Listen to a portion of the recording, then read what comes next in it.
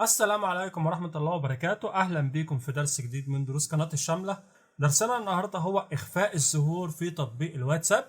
أول حاجة بنروح على التطبيق بالشكل دوت، وبعدين نختار الثلاث شرط في الأعلى بالشكل ده، وبعدين نختار الإعدادات، ومن الإعدادات هنختار الخصوصية.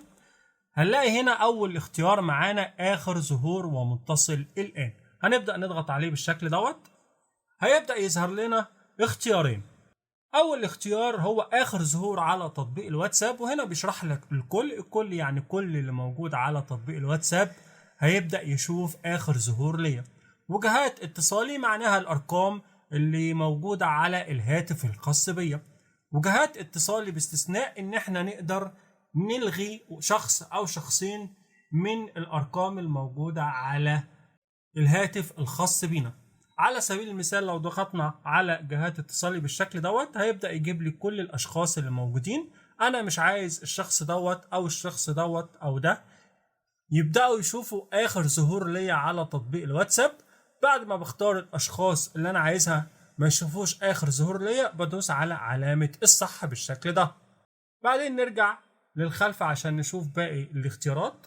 هنلاقي اختيار كمان اسمه لا أحد، معنى كده إن مفيش شخص سواء من الأرقام المسجلة على الهاتف أو أي شخص آخر هيبدأ يشوف آخر ظهور ليه.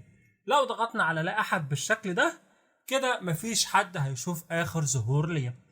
بعد كده في اختيار اسمه من يمكنه معرفة الوقت الذي أكون فيه متصلا بالإنترنت، والاختيار ده خاص بمتصل الآن. يعني إيه؟ يعني أنت لو أنت على الواتساب بيبدأ يظهر لك متصل الآن.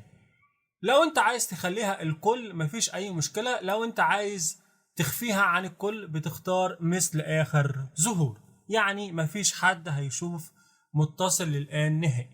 في ملحوظة هنا بيوضحها لك: في حالة عدم مشاركة وقت اخر ظهور وحالة متصل الان لن تتمكن من رؤية وقت اخر ظهور للمستخدمين. يعني لو انت عملت الميزة ديت لا احد يشوفها، انت كمان مش هتشوف لا متصل الآن لأي شخص ولا آخر ظهور لأي شخص.